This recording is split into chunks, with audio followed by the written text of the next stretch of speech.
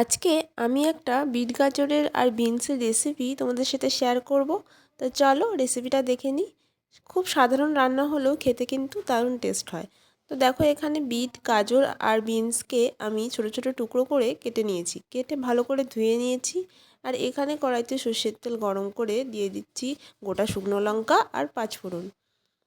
শুকনো লঙ্কা আর পাঁচফোড়নটা একটু ভাজা ভাজা হয়ে গেলে দিয়ে দিলাম একটা আলু। আলুটাকেও সেম ওই রকমভাবেই সাইজ করে কেটে দিয়েছি। আলুটা একটু ভাজা ভাজা হয়ে গেলে তারপরে সেই সমস্ত সবজি এর মধ্যে আমি দিয়ে দিলাম। সবজিগুলোকে একটু ভাজা ভাজা করে নিয়ে তারপর দিয়ে দিচ্ছি আমি আদা গ্রেট করে, আর দিয়ে দিয়েছিলাম কাঁচা লঙ্কা। তারপরে এখানে দিয়ে দিয়েছিলাম টমেটো আর একটু ছোলা, ভেজানো কাঁচা ছোলা। তোমরা চাইলে এখানে মটরশুঁটিও ইউজ করতে পারো। তারপরে এখানে স্বাদ মতো নুন আর হলুদ দিয়ে ভালো করে সবজিটাকে আমি কষিয়ে নিলাম। হাই ফ্লেমে সবজিটাকে আমি কষিয়ে নেব খুব সুন্দর করে, যাতে সবজির জলটাও মরে যায় আর অনেকটা ভাজা ভাজা হয়ে যায়। তারপরে এখানে দিয়ে দিলাম জল। জল দিয়ে 10 মিনিট মতন ফুটিয়ে নিয়ে দেখো আমার সব সবজি সিদ্ধ হয়ে গেছে।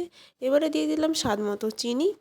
আর তারপরে এখানে দিয়ে দেবো একটা ভাজা মশলা, ধনে জিরে তেজপাতা শুকনো লঙ্কা আমি এখানে ভেজে গুঁড়ো করে নিয়েছিলাম, সেটা এখানে দিয়ে দিলাম। আর তারপরে দিয়ে দেবো ধনেপাতা কুচি। ব্যাস তাহলে রেডি হয়ে যাবে। রেসিপিটা কেমন লাগলো অবশ্যই জানিয়ে, ভালো লাগলে লাইক কমেন্ট করে দিও।